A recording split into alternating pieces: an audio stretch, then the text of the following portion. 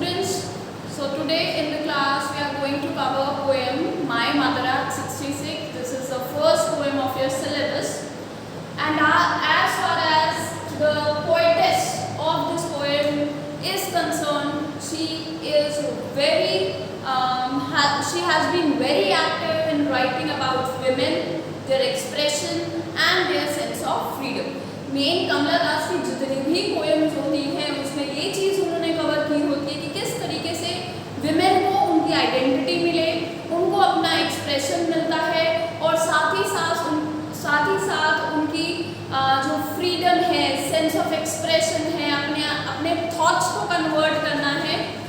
यहाँ पर उन्होंने अपने थॉट्स को इस तरीके से यूज़ किया that it becomes the voice of every woman around. ठीक है, so here you can see my mother at 66। It is a very connecting and realistic poem. Reason क्या है?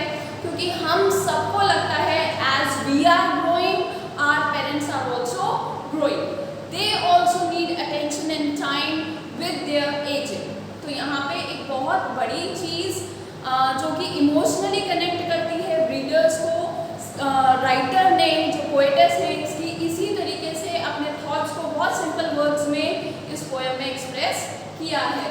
जैसे मैंने यहाँ पे थीम्स के कुछ की पॉइंट्स लिखे हैं, और क्लास 12 ऐसी है कि हम हर चीज़ थ्योरेटिकली नहीं चल सकते। वी नीड की पॉइंट्स। हर पोएम का अपना की वर्ड होता है जो उसके सेंट्रल आइडिया को दिखाता है। जैसे अगर हम बात करें बहुत famous the road not taken poem की, तो उसका एक वर्ड उसकी सेंट्रल आइडिया को डिस्कस करता है, that is decision making and the alternatives available. Likewise here my mother at 66 deals with the part of ageing, कि किस तरीके से everyone ages and leads towards decay, पर उसके साथ साथ हमारी कुछ रिस्पॉन्सिबिलिटीज़ हैं जिनको हमें फुलफिल करना है, और जिन रिस्पॉन्सिबिलिटीज़ को देखकर हम बाउंड भी होते हैं। फॉर एग्जाम्पल, सबसे सिंपल वर्ड्स में मैं आपको बिल्कुल बताती हूँ। पहला पॉइंट इसका है relationship and their complexities. How? यहाँ पे पोएम में हमें पता है कि कमला दास एक प्रोटैगनिस्ट जो है इसकी, वो खुद अपने आप को मानकर चल रही है प्रोटैगनिस्ट यहाँ पे। तो वो कहती है मेरी मदर डीके कर रही हैं, and this is the thing that concerns her the most. Why? क्योंकि वो एक ऐसे स्टेज पे है कि वो अपनी मदर के साथ लाइफ लॉन्ग उनको लुक आफ्टर करने के लिए नहीं रुक सकती। ठीक है, सिमिलरली रिलेशनशिप एंड कॉम्प्लेक्सिटीज, तो हमने यहाँ पे क्या कहा कि रिस्पॉन्सिबिलिटीज है कुछ जिनको कवर उन्हें करना है, एंड शी कैन नॉट इवेट, वो उनसे बच भी नहीं सकती, पर उनको फुलफिल करने के लिए भी she needs time, she needs her constant persistence over there with her mother. ठीक है, दूसरा है poignant expression of fear. Poignant means very strong expression of fear, कि soon as her mother is ageing day by day, year by year, that is the fear that pricks her twice in the poem. One, she discusses of the fear. एक fear वो है जो उन्होंने बचपन में कभी महसूस किया था, और अब अपनी मदर के साथ आज जब वो जा रही हैं, ट्रैवल कर रही हैं कार में, तो वो फियर उन्हें फिर से ट्रिगर करता है कि what if I lose my mother altogether again.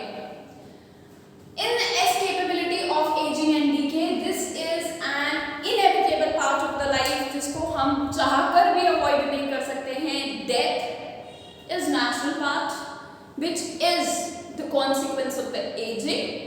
ठीक है, तो यहाँ पे हमें ये भी पता चलता है कि किस तरीके से एजिंग और डीके इज डेथ, कि किस तरीके से ये रिस्पॉन्सिबल हैं एक ह्यूमन लाइफ में, फियर को जन्म देते हैं, सेपरेबिलिटी को जन्म देते हैं, बट इनको हम अवॉइड नहीं कर सकते।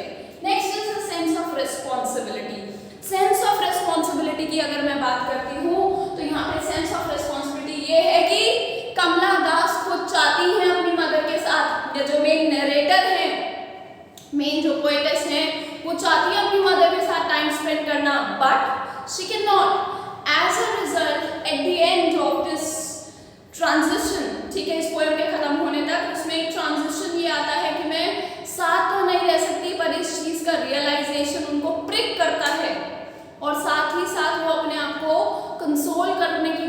करती हैं कि may be whenever she meets her the next time she will be all fine because death is uncertain. होगी ये बात सर्टेन है, बट हैपनिंग कब होगी ये चीज अनसर्टेन है. She can not control it, she can not hold it in her hands. Right, I hope the 4 points are clear. चलिए अब आगे बढ़ते